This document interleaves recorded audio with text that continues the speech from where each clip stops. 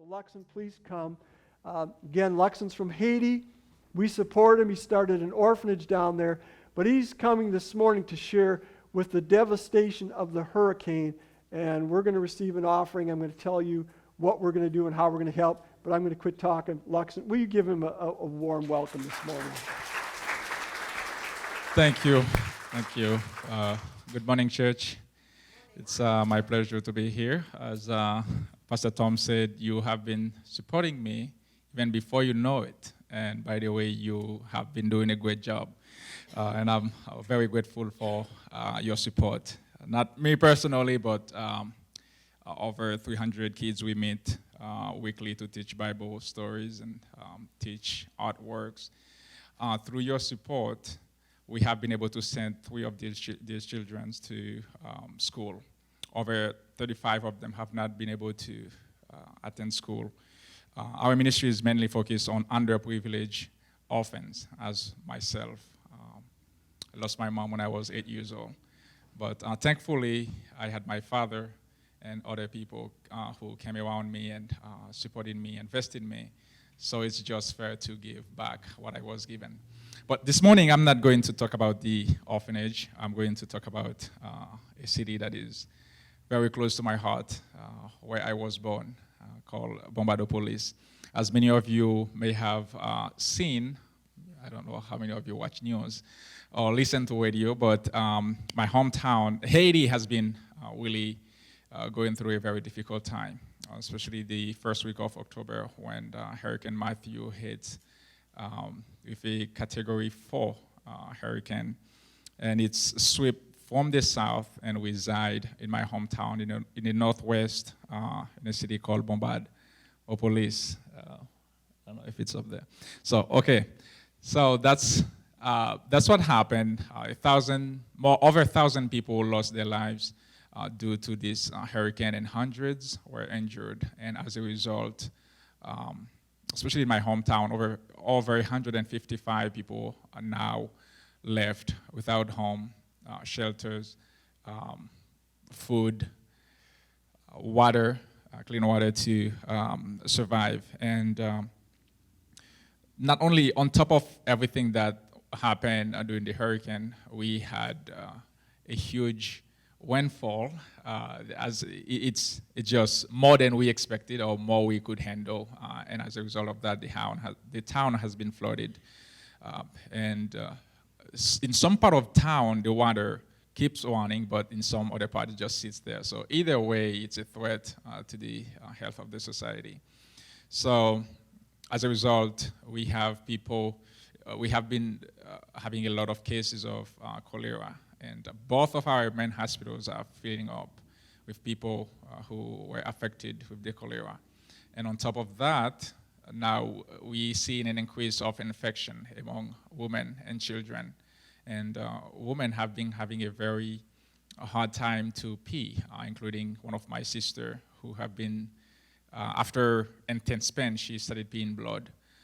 And we have not been able to give her the medical attention she needs, as like I said earlier, both our hospitals just filling up, and we are low on medical supplies. And because nothing has been coming in, as ground transportation were completely cut off due to the flood and the hurricane. We have the sea just came and wiped almost half of the town that next to us, so completely cut ground transportation. So, as you would imagine, no relief has been reached this area, neither through the government or outside help. So the way we do it is through our ministry, as Pastor Tom was saying. So not only among those 155 people, that's include my family.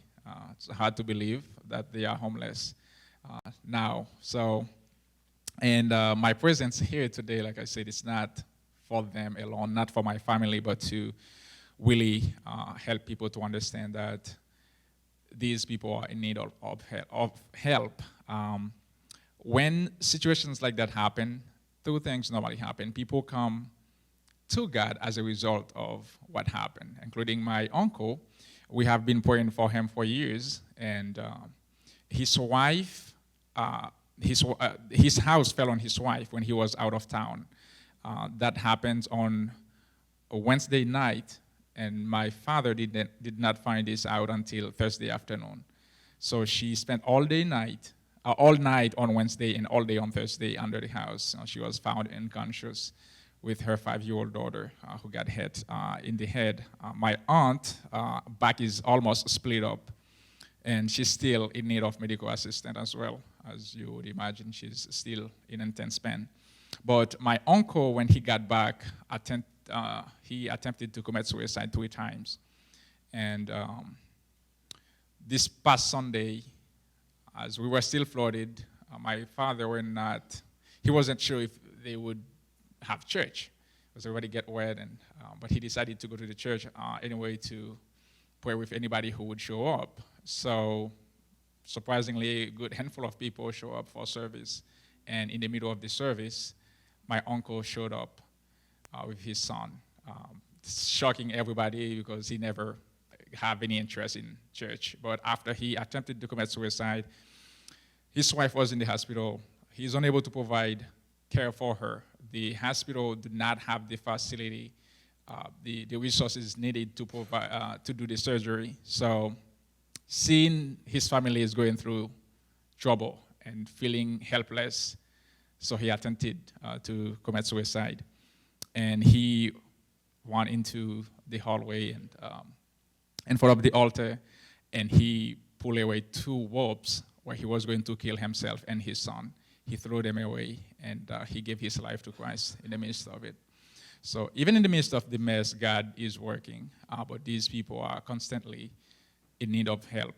So if you would please join us in prayer, that's one way you can get involved. And not only prayer for people's heart to turn to God, but believers who are discouraged due to these tragedies. A lot of them, they lost their farms and livestock, as you would imagine. It's going to take a while for them to get their life back together. But one of the primary needs that's there is clean water. Because of lack of clean water, infection come, and the cholera issue is repeating. It's a repeated case, as you would imagine, and it's become like our emergency. That's what they are fighting now, even we are low on medicine. But the government is now working to restore ground transportation, which is a very good thing for us as well.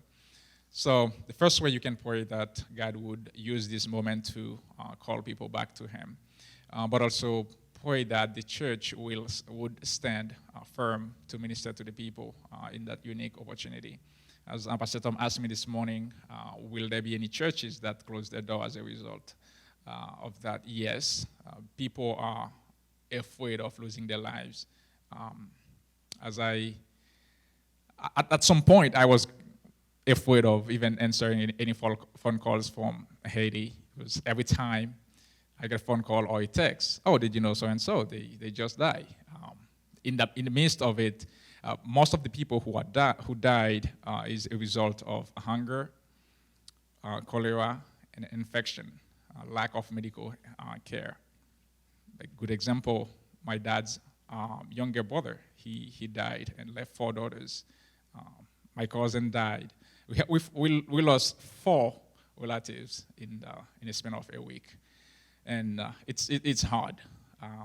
For my family, when I was talking to my dad on Thursday afternoon, and they were going through the last glass of water and wondering for the next meal, it's heartbroken to even think about that. Like I said this morning, I'm not from a rich family, but my parents have always had enough to take care of us and enough to reach out to our neighbors. And knowing that the next meal was going to be a miracle is hard to believe. But God is faithful and still working through those hard situations.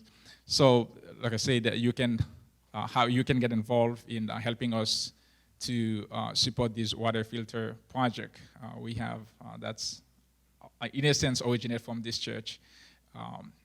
we're going to provide some water filter to the people. They may be able to have access to clean water. Another way we want to serve them is provide medical supplies that they need, hygienic supplies as well as food. They are in desperate need. As you could imagine, we have not gotten any sort of relief, neither from the government nor the outside help. So that's another way you can help us. The other thing we have been trying to do, that's include my own family, is to provide shelter to these people. We have an estimate with $6,200 we can provide a 2-bedroom house with a little patio for each family. So that would be a huge help to us. Either way, if you are a builder, you want to go with us to Haiti, that would be great. I'm leaving on December 26th and to spend a couple weeks there to see what we can do to help.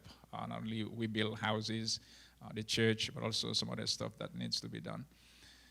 Also, if you're not a builder, we still need your help. Don't get discouraged. Not all of us can be builders, so you can give financially to support these projects as well. So that's what I'm here for. I turn it back to Pastor Tom. Thank you for the opportunity to share.